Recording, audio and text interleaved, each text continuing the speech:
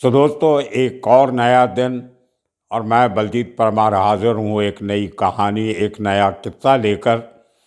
कल मैंने आपसे वादा किया था कि मैं आपसे मुस्तफ़ा मजनू अलियास मुस्तफ़ा डोसा, जिसका एक भाई भी है मोहम्मद डोसा, इनकी बात करूंगा। और इसके साथ साथ जो जेलों की करप्शन जुड़ी हुई है उसका मेन रूप से, मूल रूप से उसकी बात आज हम करेंगे।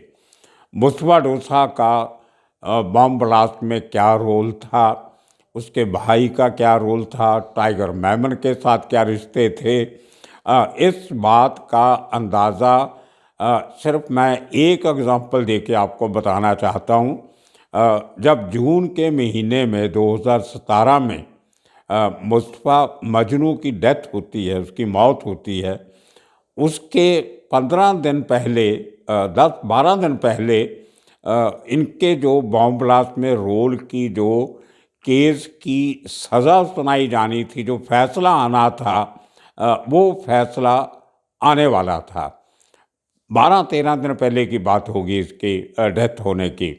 तो जो टाडा कोर्ट के जो स्पेशल जज थे जो वो केस सुन रहे थे, उन्होंने अपनी उसमें जजमेंट में ये तो कह दिया था कि ये गिल्टी है, गिल्टी प्रोनाउंसमेंट हो गया था।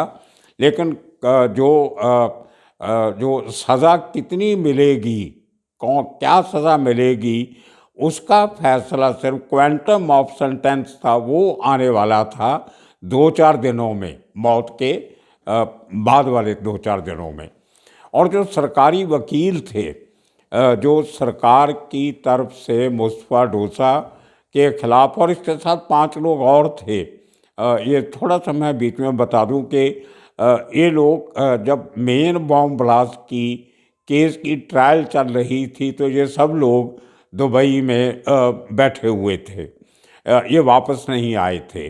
इनकी गैर हाजिरी में मेन बॉम्बे ब्लास्ट केस जो था बीबीसी, उसमें जो मेन जजमेंट आनी थी वो आ चुकी थी। तो जब ये 6 लोग जो जिनमें ताहिर मर्चेंट था, दूसरे थे इस किस्म के लोग, जिनमें मुस्तफ़ा मजनू सबसे बड़ा था, ये लोग जब हिंदुस्तान वापस आए, 2006 की बात है शायद, ये दुबई से डिपोर्ट किए गए 6 के 6 लोग। 6 में से डिपोर्ट तो ज़्यादा हुए थे, कुछ और भी थे 3-4 साथ में, उनमें शायद आज़ाद पठान भी था। लेकिन जो 6 लोगों पे केस वांटेड थे बॉम्ब ब्लास्ट के केस में, उनकी ट्रायल, मेन ट्रायल ख़त्म होने के बाद शुरू हुई थी। अगर उसके कहीं ट्रायल, वो ट्रायल चलते ही वो आ जाते तो इनका केस दोबारा नहीं चलना था, उसी ट्रायल के साथ इनकी ट्रायल भी जुड़ जानी थी, और बाकी अपराधियों के साथ साथ इनकी सज़ा भी आ जानी थी, जैसे याकूब मेमन की और दूसरे लोगों की आई।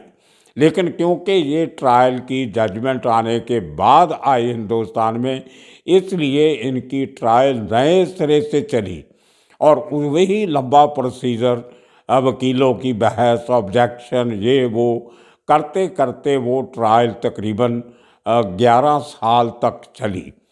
वो 11 साल के पीरियड में मुस्तफ़ा मजनू को डिफरेंट जेल्स में रहना पड़ा, कभी आर्थर रोड जेल में, कभी तलोजा जेल में।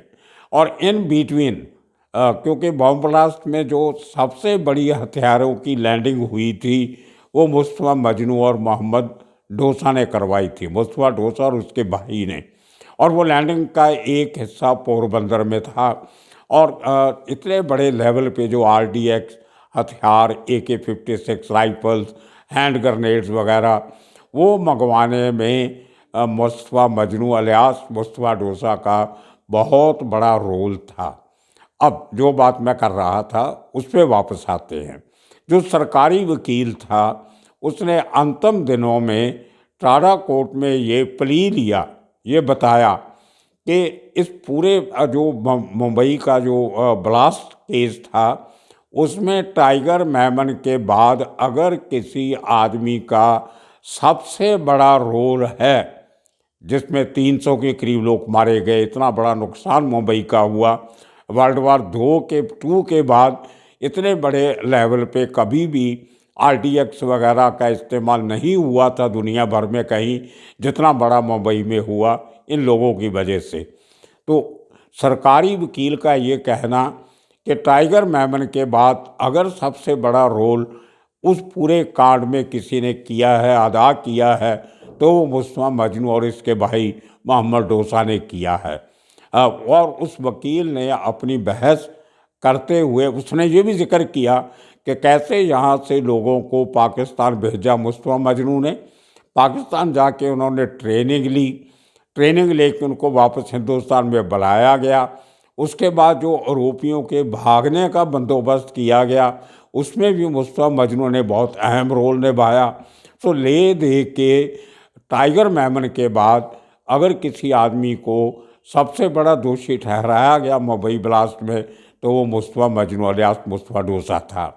तो सरकारी वकील ने इस सारी दलीलों के बाद कोर्ट को ये कहा कि इस शख्स को याकूब मेमन की तरह फांसी की सज़ा देनी चाहिए। उसके कम की सज़ा जो है वो कानून के साथ बेइंसाफ़ी होगी। ये बात इसकी डेथ के 4-5 दिन पहले की है। मंगलवार को ये बहस हुई थी और फ्राइडे को इसकी डेथ होती है। तो उस जब सरकारी वकील की दलीलें इस शख्स ने सुनी तो इसको बहुत बड़ा सदमा लगा। अंदर से कहीं मुस्तफा डोसा डरा कि अब मेरे सामने मेरी मौत खड़ी है। अब उसके पहले का जो एक घटनाक्रम है वो मैं आपको बताता हूँ। अब इस किस्म के अरबोंपति आदमी, करोड़ोंपति भी नहीं, इतनी प्रॉपर्टीज, इतना पैसा कमाया स्मगलिंग के थ्रू, इलीगल एक्टिविटीज़ के थ्रू, लोगों को एक्सटॉर्ट करके, उस सारे पैसे की वजह से इस शख्स को पैसे का हंकार बहुत था कि मैं शायद पैसे से अपनी जान बचा सकता हूँ। लेकिन कुछ भी हो, कमियां खामियां हो सकती हैं, लेकिन हिंदुस्तान का कानून ऐसा है कि संगीन जुर्मों में ख़ास तौर पे जो क्राइम अगेंस्ट द नेशन, देश के खिलाफ किया जाता है, वहाँ पे कोर्ट्स की सख्ती ज़्यादा होती है, जो होनी भी चाहिए। तो इस शख्स ने कभी, इन लोगों ने कभी जेल देखी नहीं थी, ऐशो आराम की ज़िंदगी गुजारी। मजनू इसका नाम इसलिए पड़ा था कि ये लड़कियों का, औरतों का बहुत शौकीन था। एक ज़माने में फिल्म इंडस्ट्री में भी हाथ पैर मारता था, ऑर्केस्ट्रा में ड्यूट भी गाता रहा है, और बहुत सारी हीरोइन्स वगैरह उनके साथ, एक्ट्रेसेस वगैरह छोटी बड़े लेवल की, उनके साथ अफेयर भी रखे। उसमें कई केस भी हुए, क्रिमिनल केसेस, किसी को धमकी दिया, किसी से ज़बरदस्ती शादी कर लिया, किसी को डरा धमका के उनकी फैमिली वालों को, उन लड़कियों का गलत इस्तेमाल किया। इस किस्म के काम ये शख्स करता था, और वही कारण था। डोसा तो इनका सरनेम है, गुजरात में एक एक सरनेम है डोसा। एक नितिन डोसा भी हैं, वो ऑटोमोबाइल इंडस्ट्री के बहुत बड़े एक्सपर्ट गिने जाते हैं। खैर, तो ये डोसा फैमिली में से ये दो जो शख्स थे, इन्होंने क्राइम में बहुत बड़ा रोल अदा किया, जो अभी तक पूरी तरह लोगों के सामने नहीं आया है। मुझे कई बार हैरानी होती है कि हमारी एजेंसी जो इतना जोर लगाती हैं दुश्मनों के खिलाफ बात करने का, इस किस्म के लोगों को इतना बड़ा कैसे होने दिया गया। सब एजेंसी की नज़रों के सामने हुआ, पुलिस के सामने हुआ, म्यूनसिपल अथॉरिटीज़ के सामने हुआ। तो उसके चलते हुए ये लोग इतने बड़े बन जाते हैं कि पैसे से हर चीज़ खरीदना इनका शौक़ हो जाता है। तो मुस्तफा मजनू ने भी जब हिंदुस्तान वापस आया, आना भी इसलिए पड़ा कि वहाँ पे इनके पासपोर्ट एक्सपायर हो गए, और जो डी कंपनी के साथ रिश्ते से वो ख़त्म हो गए एक तरीके से। इनको कुछ संभालने वाला, देखने वाला वहाँ नहीं बचा। वहाँ का कानून बहुत सख्त है, तो इनको मजबूरी से आना पड़ा। उस मजबूरी से एक भाई तो नहीं आया, वो पाकिस्तान में सेटल हो गया, मोहम्मद डोसा, और ये दूसरा भाई एक को आना पड़ा, क्योंकि यहाँ पर इनकी बहुत सारी प्रॉपर्टीज़ थी। जिनको खुर्द-बुर्द करना था, ट्रांसफ़र करना था, किसी बेनामी लोगों के नाम पे लगाना था, सौदे करने थे। सैकड़ों करोड़ों की प्रॉपर्टीज़ इस लोगों ने बना के रखी हुई थी। तो उसका जेल में बैठ के ये सारे काम कैसे करने हैं वो मुस्तफ़ा ढोसा को बहुत अच्छी तरह पता था। उस शख्स ने मैं बहुत हैरान होता हूँ जब सुनता, मैं कई बार आपसे बात कर चुका हूँ जेलों में करप्शन की बात, लेकिन कितने बड़े लेवल पे होती होगी उसकी एग्जांपल मुस्तफ़ा मजनू के केस से मिलती है। मैं इसको एक केस स्टडी की तरीके से आपको बताना चाहता हूँ कि अगर एक आदमी कुछ सालों में इतना पैसा जेल में रहते हुए खर्च कर सकता है, तो इस किस्म के बाकी जो बड़े बड़े इकोनॉमिक ऑफेंडर्स जो जेल में हैं, जिनके पास करोड़ों रुपए की फ्रॉड में अंदर सज़ा काट रहे हैं, वो कितना पैसा खर्च करते होंगे, वो भी आपको आने वाले दिनों में बताऊंगा। कैसे केतन पार्क कितना पैसा खर्च करता था, उसी तरह जो सिक्योरिटी स्कैम हुआ था, तेलगी का केस हुआ था, इन लोगों की वजह से जेल के स्टाफर्स की और बाकी कुछ डिपार्टमेंट जो पुलिस के होते हैं, उनके लोगों ने उम्र भर की रोटियां कैसे कमाई, वो सब किस्से आपको सुनाऊंगा। लेकिन आज के दिन मुस्तफ़ा मजनू का वो शख्स जो इसके बिहाफ पे आर्थर रोड जेल के बाहर खड़ा होके रोज़ की रोज़ पेमेंट करता था डिफरेंट लोगों से, उसकी मेरी अचानक बातचीत होगी कुछ दिन पहले। उसने जो खुलासे किए, मोबाइल पे मेरे से बहुत लंबी चौड़ी बात कई बार उसकी हुई, लेकिन वो पूरी की पूरी बात व्हाट्सएप नंबर पे हुई जो रिकॉर्ड नहीं की जा सकती। इसलिए मैं उस शख्स को बहुत पुराना जानता था, लेकिन मैं उसका नाम नहीं लूँगा कि जो शख्स आपको एक भरोसे पे कुछ इन्फॉर्मेशन देता है तो उसका भरोसा नहीं तोड़ना चाहिए। मैं एक आदमी का कहीं नाम लूँगा तो 20 मेरे और सोर्सेज जो है वो मेरा साथ छोड़ के भाग जाएंगे, अंदर की बातें पता नहीं चलेंगी। तो वो शख्स अच्छी उम्र का इंसान था, अच्छी उम्र मीन 50 के ऊपर, 55-60 के करीब की उम्र, लंबी दाढ़ी रखता था, देखने में बड़ा शरीफ आदमी। मुंबई के पास एक भिवंडी इलाका है, वहाँ पे वो छोटे से घर में रहता था अपनी फैमिली के साथ, और उसको महीने की एक फिक्स सैलरी दी जाती थी, जो उसने कहा कि हज़ारों में थी। मैंने मखौल भी कहा कि जब हज़ारों में थी तो 90,000 भी हो सकती है, बोलता नहीं सर इतनी नहीं थी। खैर, उसको कुछ पैसे मिलते थे।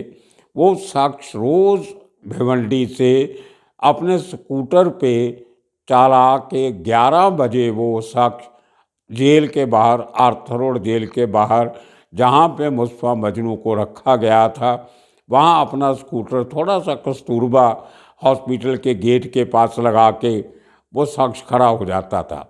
वो बेचारे की ड्यूटी भी 11 बजे से लेकर शाम के 5 बजे तक चलती थी, जब तक जेल का स्टाफ सक्रिय रहता था।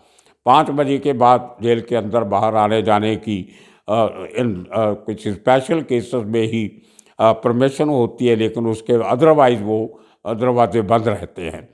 तो वो शख्स पैसे रोज़ का, उसका कहना था कि 40 से 50 हज़ार रुपया हर रोज़ वो आदमी मुस्तफ़ा ढोसा के बिहाफ पे खर्च करता था।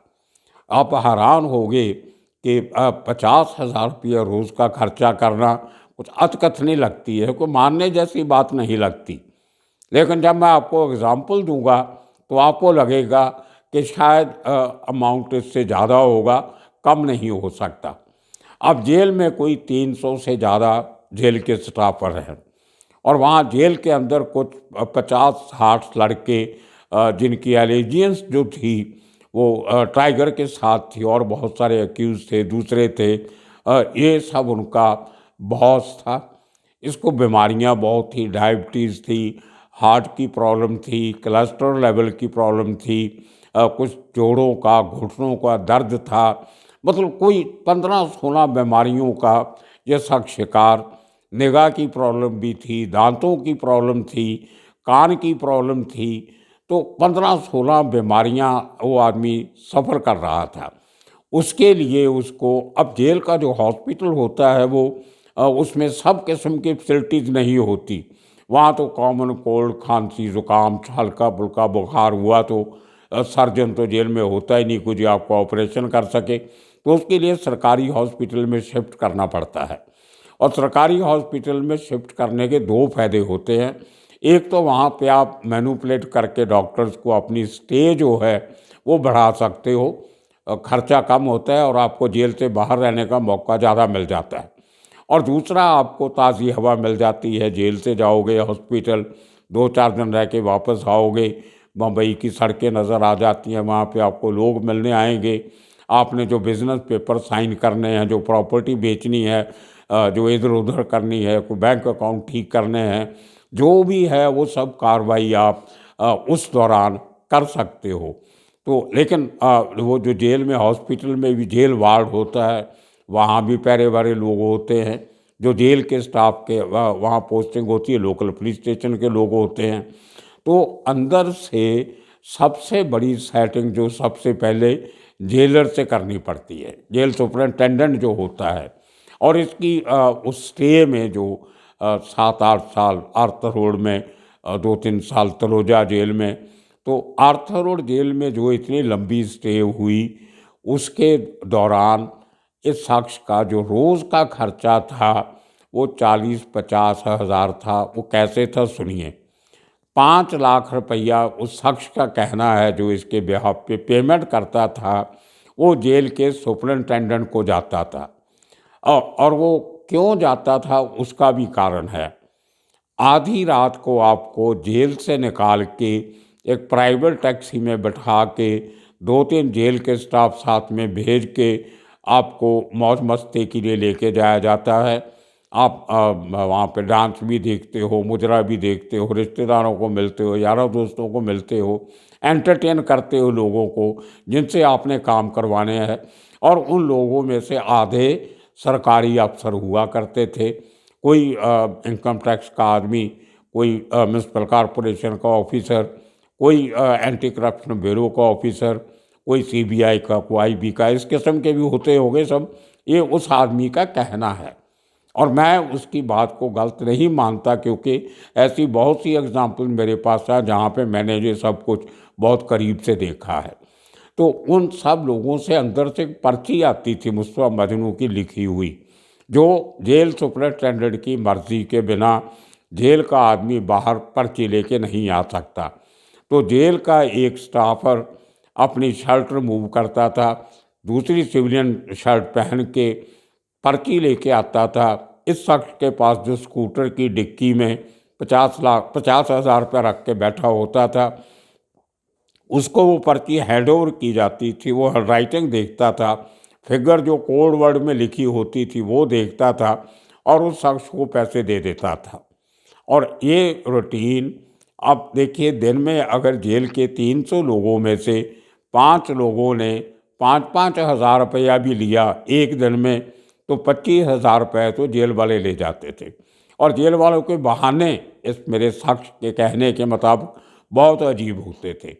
किसी दिन जेल के किसी मुलाजिम की माँ बीमार हो जाती थी, किसी दिन इसका बाप हॉस्पिटल में एडमिट हो जाता था, किसी के बच्चे की फीस भरनी होती थी, किसी का मकान का किराया देना होता था, किसी ने कोई गांव में कर्जा देना होता था, कुछ इंटरेस्ट। तो इस किस्म के बहाने लेके जेल के स्टाफ पर मुस्तफा मजनू के पास हाथ जोड़ते थे और वो आदमी चिट्ठी लिख देता था कि इसको 5,000 दे दो, 10,000 दे दो, किसी की बड़ी ज़रूरत है तो 20,000 दे दो, किसी की कम ज़रूरत है तो 2,000 दे दो। तो वो चिट्ठी लेके लोग इस शख्स के पास आते थे जिसका नाम मैंने मेहता रखा हुआ है। और मेहता इसलिए कहता हूँ मैं क्योंकि उसको मुस्तफा मजनू भी मेहता कहता था। मेहता जो है वो मुंबई की बिजनेस कम्युनिटी में खजानची किस्म के आदमी को, आपका मनी मुंशी, खजानची, इस किस्म के लोगों को मेहता कह देते हैं। तो वो मेहता जी वो सारी पेमेंट करते थे। उसमें फिर बस सबसे ज़्यादा खर्चा उसके मुताबिक जो था, जो करोड़ों में जाता था, वो वकीलों का खर्चा होता था। अंदर से पर्ची आती थी कि फलां वकील का आदमी आएगा, उसको 50,000 दे देना। तो एक ही दिन में 50,000 वकील के आदमी को निकल जाता था। हर तारीख के पहले वकील को एडवांस पैसे देने पड़ते थे, तो दूसरे दिन वो वकील कोर्ट में पेश होता था। नहीं तो वो आता नहीं, तो उसको एडवांस पैसे नहीं मिले। तो उस आदमी के कहने के मुताबिक ये 7-8 साल जो आर्थर रोड में निकले उसमें तकरीबन 12 करोड़ रुपया मुस्तफ़ा मजनू ने जेल में बैठे बैठे अपने लिए फैसिलिटीज उगराने के लिए खर्च किए। और वो पैसा कहाँ से आता था उस शख्स को पता नहीं। मैंने उसको पूछा, तुम पैसा कहाँ से लेके आते थे? बोलता, मुझे नहीं मालूम, मुझे तो घर में कोई आदमी, कभी कोई कभी कोई कभी कोई, वो मेरे घर में आके पेमेंट कर जाते थे, कभी 10 लाख की, कभी 15 लाख, कभी 20 लाख। तो वो पेमेंट जो थी वो मेरे घर में पड़ी रहती थी। उसमें से रोज़ का 50,000 रुपये लेके मैं आता था अपने स्कूटर पे, और बॉस के कहने पे वो डिस्ट्रीब्यूट करके मैं शाम को घर चला जाता था। मेरा इतना ही काम था। और मैंने कभी को पूछा नहीं किसी को कि तुम ये पैसा किस काम का ले रहे हो, किस काम का नहीं ले रहे। और ये पैसा जाता था, देखिए कितना बड़ा सिस्टम है जेलों का। एक बार इसको कोई घुटनों के दर्द के लिए फिजियोथेरेपी करवाने की रिकमेंडेशन जो थी वो जे हॉस्पिटल ने कर दी। अब इस शख्स ने बोला कि मैं वहाँ से जे हॉस्पिटल में फिजियोथेरेपी नहीं करवाऊँगा, मैं प्राइवेट डॉक्टर से करवाऊँगा। मुझे वो डॉक्टर जानता है, पहले से मेरा वो डॉक्टर इलाज कर रहा है। और वो डॉक्टर था एक मुंबई में एक कनेडी ब्रिज और एक दूसरा ब्रिज है, 2-3 ब्रिज इकट्ठे होते हैं जो चौपाटी को रास्ता जाता है। वो ब्रिज के नीचे रेलवे लाइन निकलती है वेस्टर्न रेलवे की। उस रेलवे लाइन वहाँ पे एक central state excise and taxation वालों का ऑफिस है। तो उस गली से नीचे जाके जब रेलवे लाइन के साथ जाते हैं तो लेफ़्ट साइड में वो डॉक्टर का क्लिनिक थी 3rd फ्लोर पे। तो वो डॉक्टर जो था वो फिजियोथेरेपी करता था, उसके लिए हज़ारों रुपये एक सेशन के लगते थे। और मुस्तफ़ा मजनू जेल की वैन में नहीं जाता था, टैक्सी में जाता था। एक टैक्सी भी खड़ी रहती थी वहाँ पे 24 घंटे एक इसके खास आदमी की, कि शायद कभी भी आधी रात को सेठ को निकलना पड़े तो पुलिस की जो जेल की वैन होती है उसमें नहीं जाता था वो। तो वो टैक्सी वाले का खर्चा, वो डॉक्टर का खर्चा, फिजियोथेरेपी का खर्चा, उसके लिए रिकमेंडेशन करवाने के लिए जे हॉस्पिटल के डॉक्टर्स का खर्चा, और उसके बाद जो मेन जेलर के अलावा जो ऊपर के ऑफिसर होते हैं, अब अगर मेन जेलर महीने का 5 लाख ले रहा है तो नीचे वाले भी 1.5-2-2.5 लाख तो लेंगे। वो भी 8-10 ऑफिसर बड़े लेवल के होते हैं। तो ये एक बहुत लंबा चौड़ा तंत्र मंत्र है। उसके बाद खाना, बीइंग अ पेशेंट, तो इस आदमी ने कोर्ट से स्पेशल परमिशन ली हुई थी घर का खाना आने के लिए। और वो जितनी बार डब्बा आता था उतनी बार जेल वालों को पैसे दो, जितनी बार खाना आएगा उतनी बार उनको पैसे दो। एक कितना बढ़िया रूटीन बना हुआ है कि ये कितने जेलर आए, कितने गए उस समय के दौरान, और वो सब लोगों के साथ सेटिंग करना। और जब नया जेलर आता था तो पहले से ज़्यादा पेमेंट हो जाती थी। जब एक जेलर 4 लाख लेता था नया आया तो उसने बोला मैं तो 5 लूँगा, नहीं तो बंद कर दूंगा सब। तो अब वो बॉस है भाई, बंद कर सकता है, लेकिन इन लोगों को अपनी फैसिलिटीज़ चाहिए। तो रोज़ की वो पर्चियाँ जो थी वो उस आदमी को संभाल के रखनी पड़ती थी कि कभी सेठ ने हिसाब मांग लिया तो उसको दिखानी पड़ेगी। ये एक लंबा चौड़ा तरीका। उसी तरह से अबू सलेम का काम चलता रहा। जब अबू सलेम के साथ इसका झगड़ा हुआ आर्थर रोड में, तो मुस्तफ़ा मजनू ने इसके मुंह पे अटैक किया, इंजर्ड किया था अबू सलेम को। उसके बाद अबू सलेम को ट्रांसफ़र करके तलोजा भेजा गया। वो उसकी एक लंबी चौड़ी कहानी है कि अबू सलेम उसको आज तक कितना पैसा कहाँ से आ रहा है जो वो खर्च कर रहा है। लेकिन मेरा जो शख्स, जिस आदमी ने ये कुछ बातें बताई अंदर की, उसके मुताबिक ये पैसा कहीं बाहर से हवाले से आता था। और बाहर से हवाले से आने का मतलब है उसका भाई मोहम्मद डोसा भेजता था। जो दुबई में बहुत बड़ा कारोबार, जो पाकिस्तान में बहुत बड़ा कारोबार कर रहा है, पहले दुबई में करता था। तो देखिए कि हमारी एजेंसीज, एनफोर्समेंट डायरेक्टोरेट हुई, इनकम टैक्स हुआ, इनको पंजाब के चीफ मिनिस्टर चन्नी का कौन सा भाई कहाँ माइनिंग कर रहा है वो तो इनको मालूम पड़ जाता है, कर्नाटका में कौन से पॉलिटिशियन का भाई क्या करता है। लेकिन इतने बड़े जो खूंखार लोग हैं वो इस तरीके से करोड़ों रुपये बाहर से मंगवा के रिश्वत में सरकारी हमारे अफसरों को दे रहे हैं, उनके लिए कभी कोई ईडी इनकम टैक्स की कभी रेड नहीं होती। ये बड़ी हैरानी वाली बात है। आप भी सोचना, कोई आपको जवाब मिले तो मुझे बता देना।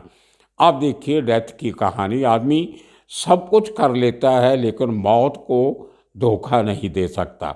इस आदमी ने हर वो तरीका अपनाया, इसने ऑपरेशन भी करवाया जेल में रहते हुए, फिर फिजियोथेरेपी करवाता रहा, करता रहा। लेकिन जब कोर्ट में ये पता चला कि प्रोसिक्यूशन ने मेरे लिए डेथ की सज़ा मांगी है, फांसी की सज़ा मांगी है, तो इस आदमी को हाइपरटेंशन भी हो गई।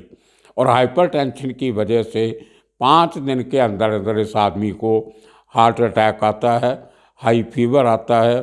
सुबह 3 बजे हॉस्पिटल से इसको जेल से शिफ्ट करके हॉस्पिटल ले जाया जाता है और वहाँ दोपहर में इस आदमी की मौत हो जाती है। तो ये कहानी थी बॉम्ब ब्लास्ट के एक एक्यूज मुस्तफ़ा मजनू अलियास डोसा की, जिसने करोड़ों रुपये खर्च कर दिए कानून की लड़ाई लड़ने में, जेल के अधिकारियों को खुश करने में, अपनी बीमारियों का इलाज करने में, लेकिन आखिर सज़ा जो कानून से मिलनी थी उसके कुछ दिन पहले ही उसको दूसरी दुनिया में जाना पड़ा। सो इस किस्म के किस्से कहानियाँ लेके आपके साथ हाज़िर होते रहेंगे। तब तक के लिए आप सबका शुक्रिया, धन्यवाद।